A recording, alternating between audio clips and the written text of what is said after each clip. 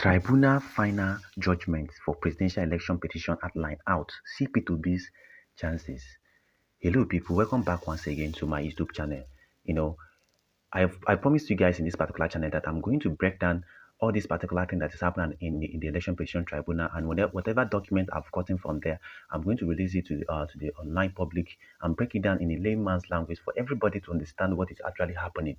They intentionally refused, as a matter of fact, to allow press and media to do live coverage of the election petition tribunal and everything because of the rascality they want to do, but they don't know that obedience are everywhere, and we are getting information from the right sources within the election petition tribunal. And so far, so good. As a matter of fact, P2B and Atiku Abubakar has proven their case beyond reasonable doubt.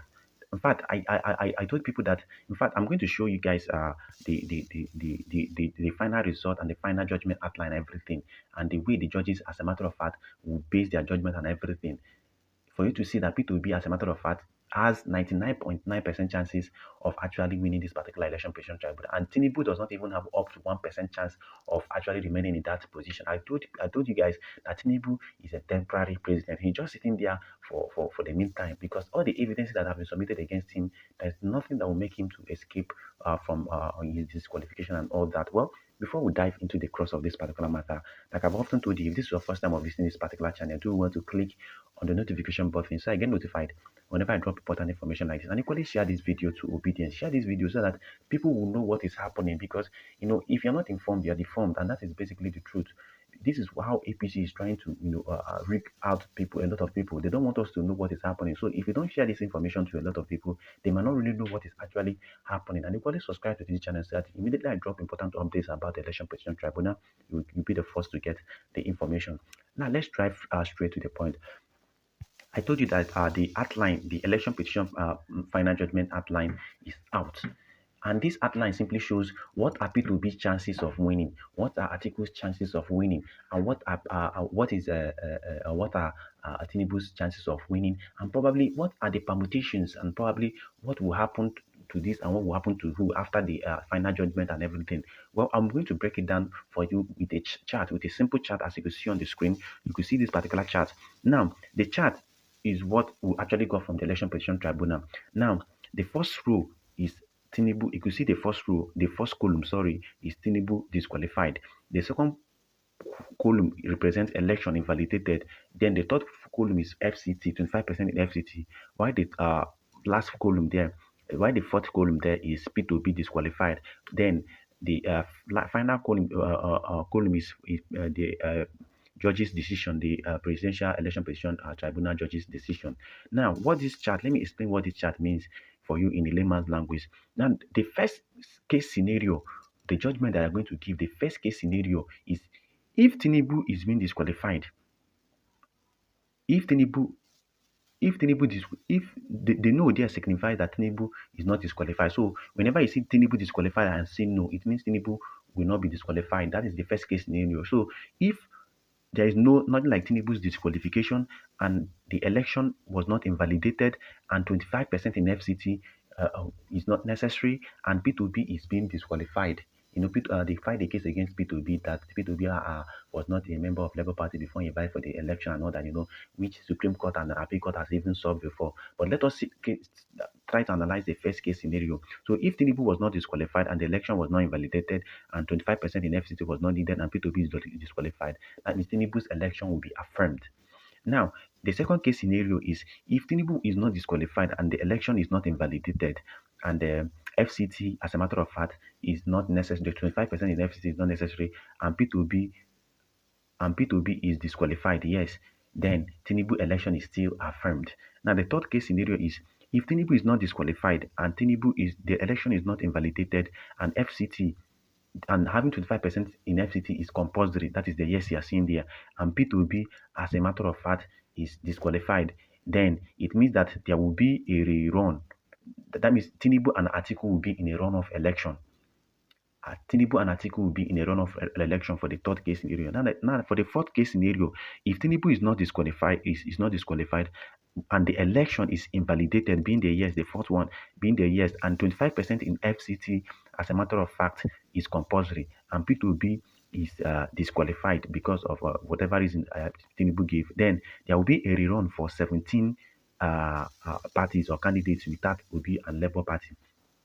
Now, the fifth case scenario is if Tinubu is disqualified. If Tinubu is disqualified and the election is invalidated and FCT having 25% in FCT is compulsory and P2B is disqualified, that means there will be, as a matter of fact, a rerun for 16 political parties without an P2B's Labour Party and Tinubu's APC. Because in this particular case, Tinubu was disqualified and P2B was disqualified. Now, the sixth case scenario is if Tinubu was disqualified and the election is invalidated and 25% in FCT is compulsory and P2B, as a matter of fact, was not disqualified, that means there is going to be a rerun for 17 political parties without Tinubu and APC. Now, without Tinubu and the APC. Now, the seventh case scenario is if Tinubu was disqualified, as a matter of fact, if Tinubu was disqualified and the election is invalidated, but 25% in FCT is not compulsory, and P2B is not disqualified. That means there is going to be a rerun for 17 political parties without Tinubu and APC.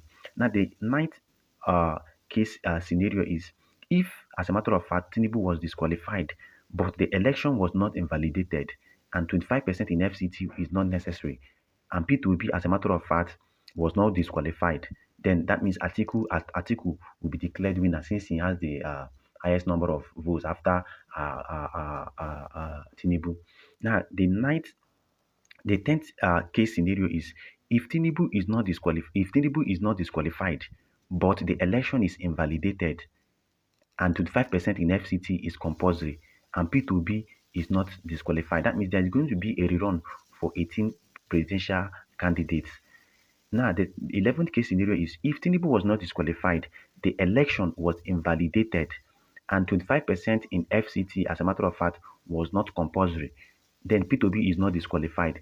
There is going to be a rerun for the 18 presidential candidates. Now, the 12th case scenario is that if Tinubu was not disqualified and the election, as a matter of fact, was not invalidated, but 25% in FCT is compulsory and mandatory, and P2B was not or is not disqualified. That means there is going to be a runoff between Tinubu and Obi. I told you guys that the runoff election is going to have Tinubu and Obi and not Tinubu and Atiku because P2B has the majority of votes in the majority of states.